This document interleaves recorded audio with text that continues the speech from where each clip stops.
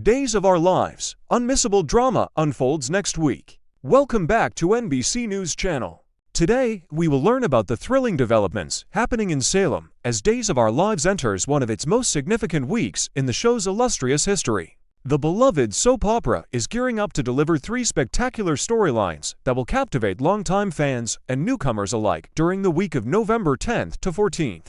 The grand opening of Dr. Tom Horton's Free Clinic. The centerpiece of next week's episodes arrives on Thursday with the highly anticipated grand opening of the Dr. Tom Horton Free Clinic. This momentous occasion will be marked by an elegant gala that promises to bring together virtually every resident of Salem in a spectacular celebration of community spirit and medical philanthropy. The Free Clinic represents a beacon of hope for Salem's residents, offering accessible healthcare to those who need it most. Throughout the week leading up to Thursday's grand opening, the town will buzz with excitement and preparation.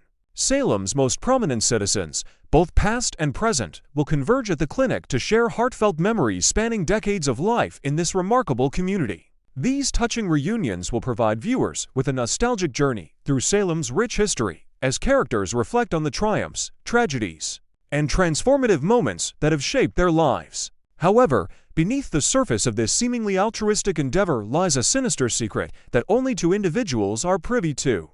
E.J. DiMera, portrayed by Dan Furigal, and Gwen, brought to life by Emily O'Brien, harbor knowledge of the clinic's true purpose, a revelation that could shake Salem to its very foundation. The hidden agenda behind the Free Clinic's establishment adds a layer of suspense and intrigue to what appears on the surface to be a purely charitable enterprise. What dark machinations are at play? What could possibly justify deceiving an entire community during such a celebratory occasion? These questions will keep viewers on the edge of their seats as the week unfolds. A week of spectacular returns to Salem. The week of November 10th to 14th will witness an unprecedented wave of beloved characters returning to Salem, creating a homecoming celebration that spans generations of the Horton, Brady, and other prominent Salem families. This parade of familiar faces begins on Monday when Marie Horton, masterfully portrayed by Mary Cheatham, makes her entrance alongside Mike Horton, played by Rourke Critchlow. These 2 characters carry with them decades of Salem history, and their presence immediately sets the tone for a week steeped in nostalgia and family bonds. Tuesday brings the return of one of daytime television's most iconic couples, Sammy Brady, embodied by the talented Allison Sweeney, and Lucas Horton, portrayed by Brian Dattilo. Their complex relationship history, filled with passion, betrayal, redemption, and enduring love, has captivated audiences for years. Their return to Salem promises emotional confrontations, heartfelt reconciliations, and perhaps new chapters in their ongoing saga.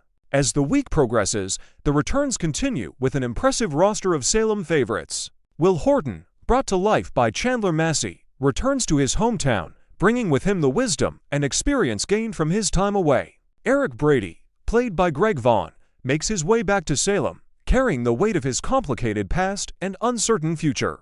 The week also sees the highly anticipated return of Lonnie Price, portrayed by Sal Stowers, and Eli Grant, played by Lamon Archie, a couple whose love story has faced incredible challenges and triumphs. The returning characters don't stop there. Paul Nerita, embodied by Christopher Sean, brings his unique perspective and history back to Salem. Andrew Donovan, played by Colton Little, rejoins the fold, as do the legendary Jack Devereaux, portrayed by Matthew Ashford, and Jennifer Horton, brought to life by Melissa Reeves. Even Stephen Olson, played by Steven Schnetzer, returns to participate in this momentous celebration.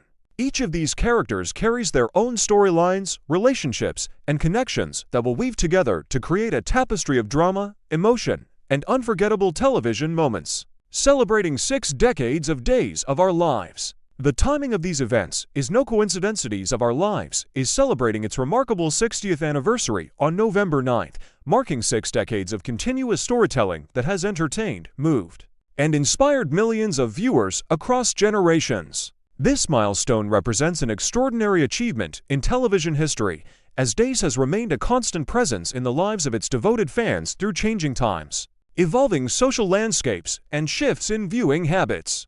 The anniversary festivities officially commence on Monday with a special project undertaken by Holly Jonas, portrayed by Ashley Puzemis, and Tate Black, brought to life by Leo Howard. These younger characters represent the future of Salem, and their involvement in the anniversary celebration symbolizes the show's commitment to honoring its past while embracing new generations of characters and storylines. Their project promises to offer a fresh perspective on Salem's history and the impact this community has had on countless lives. As the week unfolds, viewers will be treated to Johnny DiMera and Chanel Dupree's baby shower, a joyous celebration that marks the beginning of a new chapter for this beloved couple. Johnny, portrayed by Carson Boatman, and Chanel, brought to life by Raven Bowens, have captured hearts with their chemistry and genuine affection for one another. Their baby shower will bring together friends and family for an afternoon of celebration, laughter, and anticipation for the new life about to join the Salem community. However, true to Days of Our Lives tradition, not everything will proceed smoothly during this week of celebration. Viewers can expect plenty of surprises that will catch even the most astute fans off guard. Shocking revelations will come to light, unexpected alliances will form, and long-buried secrets may finally surface. Additionally, threats loom on the horizontals that could disrupt the festivities and put Salem's residents in jeopardy. The combination of joyful celebration and lurking danger creates the perfect storm of dramatic tension that Days of Our Lives executes so masterfully.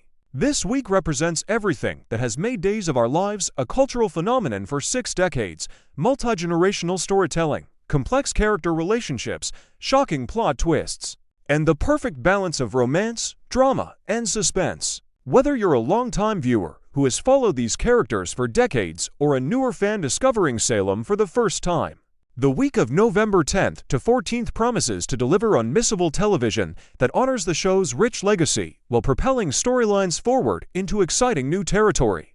Don't miss a single episode as Salem celebrates, reunites, and faces both triumph and adversity during this historic week on Days of Our Lives. Part 2, Friday, November 7th, 2025, a night of schemes, secrets, and shattered hearts in Salem.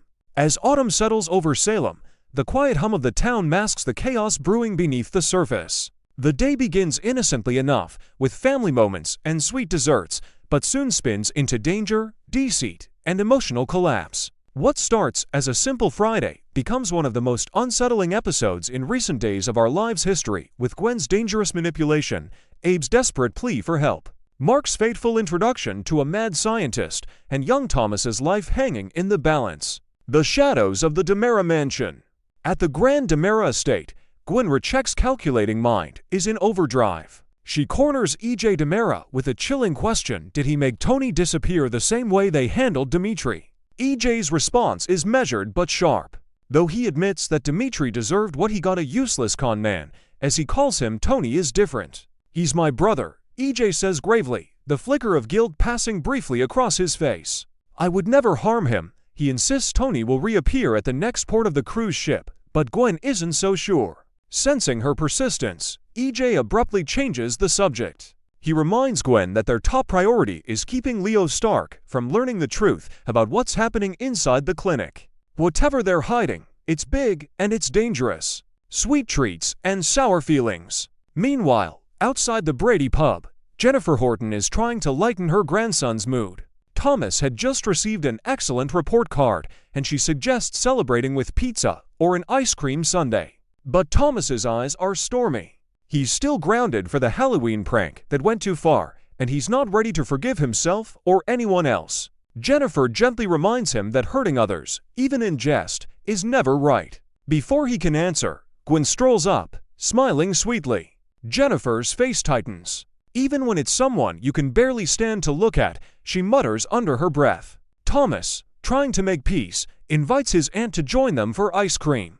Gwen declines a move that pleases Jennifer, but not Thomas. Inside the pub, Chad DiMera spots Leo Stark sitting alone, visibly upset. Ever the unexpected comforter, Chad takes a seat and consoles him about little T. He reminds Leo that life offers second chances, even for the most unlikely people. But before the conversation can go deeper, Gwen swoops in, as if summoned by fate. Gwen's dangerous game. Gwen interrupts with news that immediately catches Leo's attention. Dimitri has been spotted in Curacao. She tempts Leo with the chance of a lifetime, a high-profile story that could restore his career and answer the burning question of what really happened to Dimitri. But Leo resists. "I don't care anymore," he insists, though his voice trembles. Gwen, sensing weakness, presses harder. She feigns sympathy for his pain, even mentioning little T to stir his emotions. Leo, his eyes misting, whispers, "Did my Maddie ever really have a heart?" Gwen hides her smirk behind a mask of pity. To her, this isn't about love, it's about removing Leo from Salem, sending him on a wild goose chase far from the DiMera family's dark secret. As she assures Leo that all expenses will be covered, he finally says he'll think about it. The moment he leaves, Gwen's face hardens. She calls EJ. "It's done," she says. "Leo's about to chase Dimitri halfway across the world and nowhere near your clinic." EJ's low chuckle echoes in her ear. Good. The fewer questions, the better. Abe's desperate visit. At the same time, Salem's mayor, Abe Carver, storms into the DiMera mansion, his patience worn thin. He's worried about his son, Theo. Since joining DiMera Enterprises, Theo has changed, becoming colder, harder, and more like the DiMeras who raised him. EJ, Abe demands, "You have to help me pull Theo out before he loses himself completely. Your family is devouring him just like you devoured your own." EJ, as always, stays calm but calculating.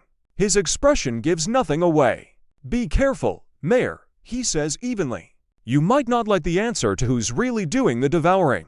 The tension is thick as Abe glares at him, realizing EJ is involved in something far deeper than business. The Lab of Nightmares. Not long after, EJ escorts a nervous but excited Mark to a hidden, state-of-the-art laboratory. The sleek, metallic space hums with energy, like a place where both miracles and nightmares are born.